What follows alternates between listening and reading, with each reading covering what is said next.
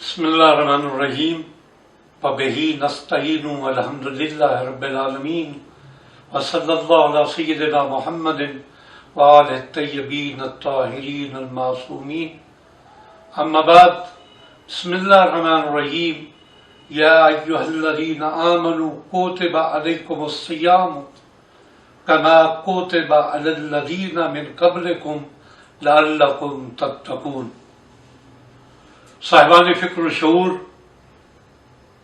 لطف خداوندی ہے کہ ایک بار پھر اس کریم اللہ نے ہماری زندگیوں میں ایک بار پھر ہمیں ماہ مبارک رمضان نصیب فرمایا۔ وہ مبارک مہینہ کہ جو رحمتوں اور برکتوں کا خزینہ ہے،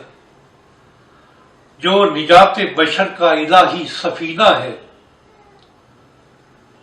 جو عبادات و معنویات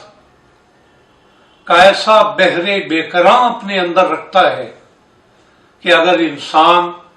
اس سے مستفید ہو جائے تو اس کی زندگی سنور جائے۔ ہماری آج کی یہ گفتگو اسی حوالے سے ہے کہ ماہ مبارک رمضان سبیل سیرت و تعمیر سیرت و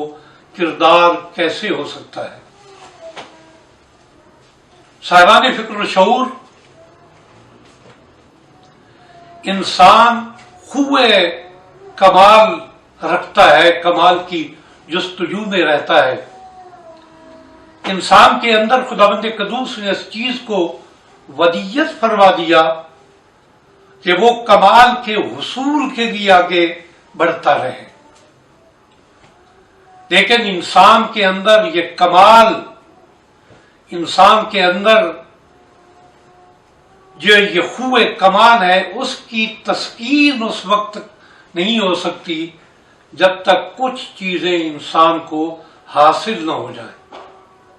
وہ چیزیں کہ جو انسان کو کمال کی جانب لے کے آگے بڑھتی ہیں، وہ ایمان ہے، وہ تقوی ہے، وہ صبر و استقامت ہے، اور وہ راہ حق پہ ڈٹ کر اللہ کی جانب بڑھتے رہنے کا جذبہ ہے۔ یہ چیزیں انسان اگر حاصل کر لے گا تو انسان یقیناً کامیابی کی جانب بھی بڑھے گا، اور کمال کے حصول میں اسے آسانی پیدا ہو جائے گی۔ خداوند قدوس نے اس خوئے کمال انسانی کی تسکین کا پورا سامان میسر کیا حضرت انسان کے لیے۔ تمام عبادات الہی انسان کو اس جانب متوجہ کرتی ہیں، لیکن سب سے زیادہ جو چیز کمال کے حصول میں انسان کے لیے مند و معاون ثابت ہوتی ہے، وہ عبادت الہی جو ان تمام اوامر کے حصول میں انسان کی سب سے زیادہ معاونت کرتی ہے، وہ عبادت روزے کی عبادت ہے۔ اور یہ روزہ اس ماہ مبارک رمضان میں خداوند قدوس نے ہم پہ فرض کیا۔ تو ماہ مبارک کے توسط سے، ماہ مبارک رمضان کی توسط سے، کہ وہ مہینہ کہ جسے شہر اللہ کہا جاتا ہے، وہ مہینہ کہ جسے خدا کا بھیجا ہوا مہمان قرار دیا گیا ہے، اس ماہ مبارک میں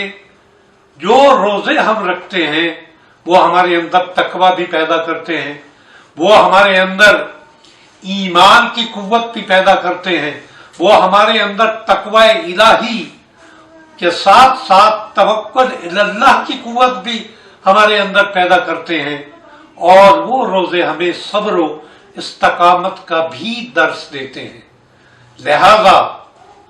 اگر ہم کامیاب ہونا چاہتے ہیں، اور یقیناً انسان کے لیے سب سے بڑی سعادت یہ ہے کہ وہ کامیاب ہو جائے، اور کامیابی کا معیار یہ ہے کہ انسان اپنے رب سے مربوط ہو جائے،